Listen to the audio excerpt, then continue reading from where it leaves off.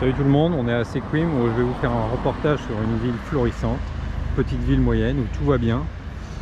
Bastion depuis des années, bastion avec le Washington State des démocrates qui a pourtant voté Trump et qui va très certainement continuer de le faire avec une majorité écrasante. Pour en avoir discuté avec les différents habitants et gens qu'on a pu rencontrer ici, je vais vous donner les explications de texte. Alors vous voyez, on retrouve toutes ces moyennes villes, là, on retrouve des particularités identiques avec la moyenne ville par exemple de Susanville, sauf qu'ici c'est florissant. Sequim est carrément une ville moyenne florissante.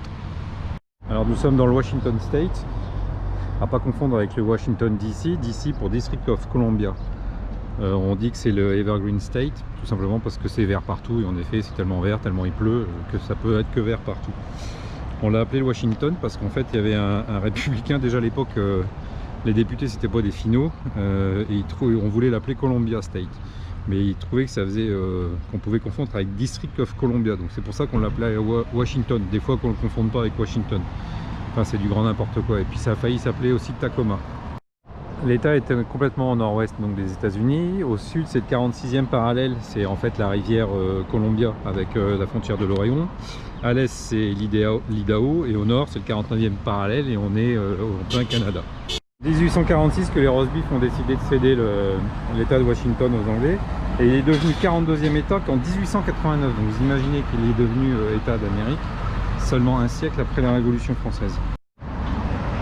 La capitale de l'État de Washington c'est Olympia, c'est-à-dire que c'est pas Seattle la ville la plus connue et surtout la ville où il y a le plus de personnes, c'est-à-dire que la ville de Seattle c'est juste 7 millions, c'est 60% des 7 millions et demi de personnes qui vivent dans l'État de Washington. Et Seattle en plus c'est la plus connue parce que Seattle, si vous le savez bien, c'est la marque de fringues Columbia, c'est les supermarchés Costco, c'est les supermarchés de outdoor qui sont une vraie coopérative REI, c'est Nintendo, c'est Starbucks. C'est qui? C'est Amazon, c'est Microsoft, c'est T-Mobile. En musique c'est Red Charms, c'est Quincy Jones, c'est Pearl Jam, c'est Jimi Hendrix, Nirvana, les Foo Fighters. Et c'est aussi et surtout Boeing. Washington est super riche aussi pour toutes ces industries dont je viens de citer, toutes ces grandes entreprises multinationales qui ont été créées, mais aussi pour son industrie du bois avec son cèdre, ses pins, ses sapins, ses hemlocks. Les hemlocks c'est du tsuga. 90% de la production de houblon se fait ici, la menthe, 93% de la framboise, les pommes, les poires, les Scooby-Doo, les abricots, qu'est-ce qu'on en trouve aussi, enfin tout, parce qu'en fait ici il y a tout qui pousse.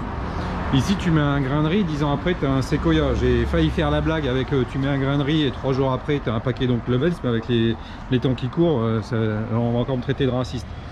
C'est aussi l'industrie de la pêche avec le saumon et les halibutes. C'est 90% de la production de saumon et d'halibutes pour les États-Unis.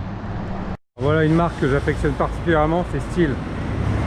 On a une maison des maisons en France là, tout ce que j'ai acheté c'était du Stihl. Donc là on a un diner typique, le Highway 101. Et sans déconner, le meilleur milkshake, je prends que des milkshakes old school, old fashion. Et sincèrement c'est le meilleur que j'ai eu à manger sur la trentaine que j'ai essayé. C'était un Blackberry et il était top, mais vraiment top bon.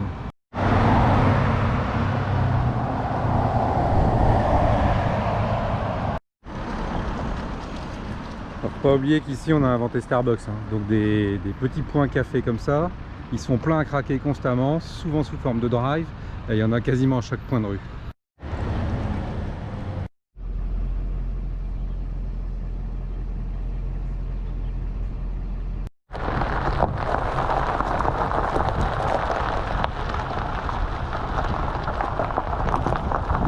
À la vendre, bah, absolument tout est violet.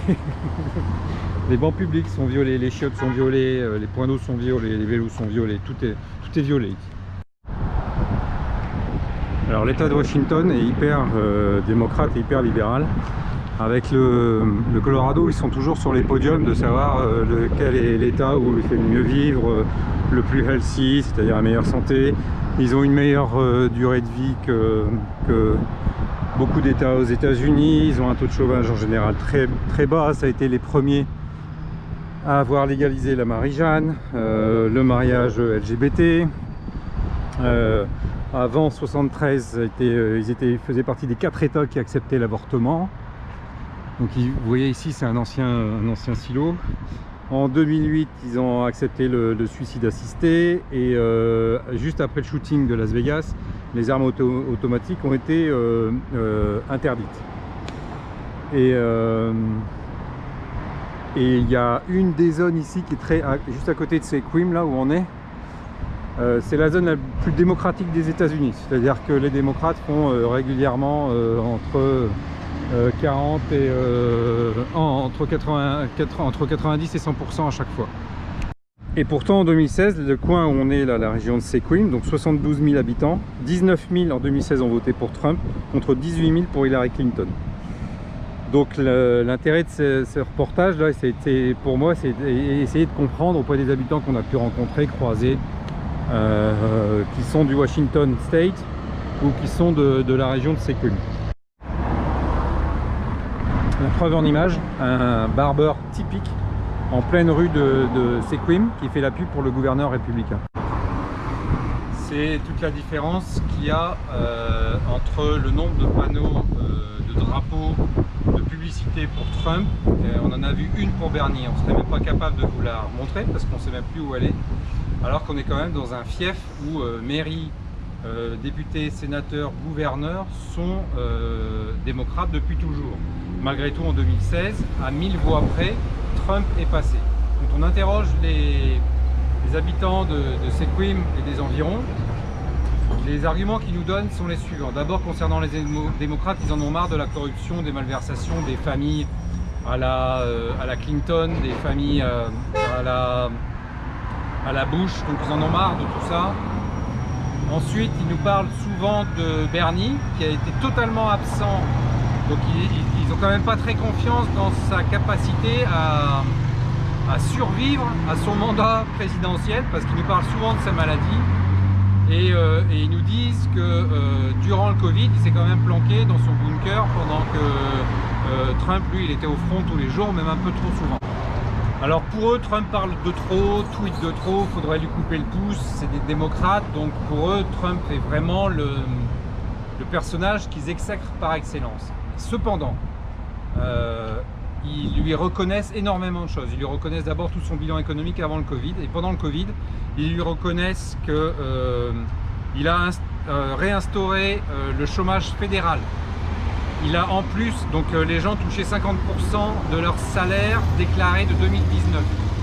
Il a en plus donné pendant 4 mois minimum, mais ça risque d'être reconduit, 2400 $ par mois à tous ceux qui avaient perdu leur emploi, ce qui n'était jamais vu aux États-Unis.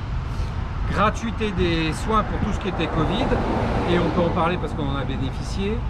Et tests gratuits dans tous les États des États-Unis. On en est aujourd'hui à 55 millions de tests qui ont été faits.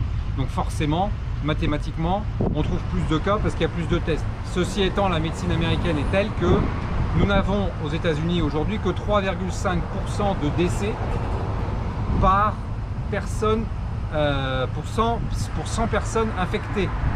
À comparer par exemple aux 17% de morts en France pour 100 personnes infectées.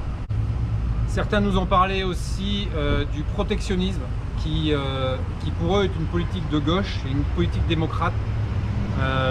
Protéger les Américains, certains nous ont parlé notamment quand Trump avait annoncé à Ford qu'il leur mettrait 30% de frais de douane si les voitures arrivaient du Mexique. Résultat des courses, ils ont investi dans une toute nouvelle usine dans le nord-est des États-Unis pour 1 milliard de $, créant 2500 emplois directs et indirects. Donc ça, ils savent, les démocrates ici savent reconnaître ça à Trump. On est tombé aussi sur des anciens militaires qui ont vraiment apprécié le geste de Trump qui, par ses salaires personnels, a payé les dettes de plus de 40 000 anciens militaires surendettés. Et il les a pris sur ses fonds personnels à lui. Et ils ont apprécié aussi le fait qu'ils ne prennent pas de salaire en tant que président. Tout ça cumulé fait pas d'eux des Trumpistes, fait d'eux des gens qui ne voteront pas démocrates, mais qui ne voteront pas forcément Trump. Certains oui, d'autres non, mais en tout cas ils ne voteront pas démocrates. Donc forcément, l'un dans l'autre, Trump sera élu. Et ici, je pense, ils annoncent qu'il sera élu dans la région de Sequim. En 2016, avec 1000 voix d'avance, ici ils annoncent 2000 ou 3000 voix d'avance. Donc voilà. Voilà ce qui explique aujourd'hui, à la différence de ce qu'on peut lire, parce qu'on des Français m'ont envoyé quelques pages des nouveaux livres scolaires pour la rentrée de septembre, où on s'aperçoit que quand on lit, on se dit que les gens qui ont voté Trump, c'est des pauvres paumés, de régions paumées, des blancs redneck, qui sont à la limite, c'est pas écrit, mais ils doivent être pédophiles consanguins et tous chômeurs. Ben non, la réalité ici, c'est qu'on est dans un fief démocrate et que certains votent contre Trump. Voilà. À bientôt pour un nouveau reportage.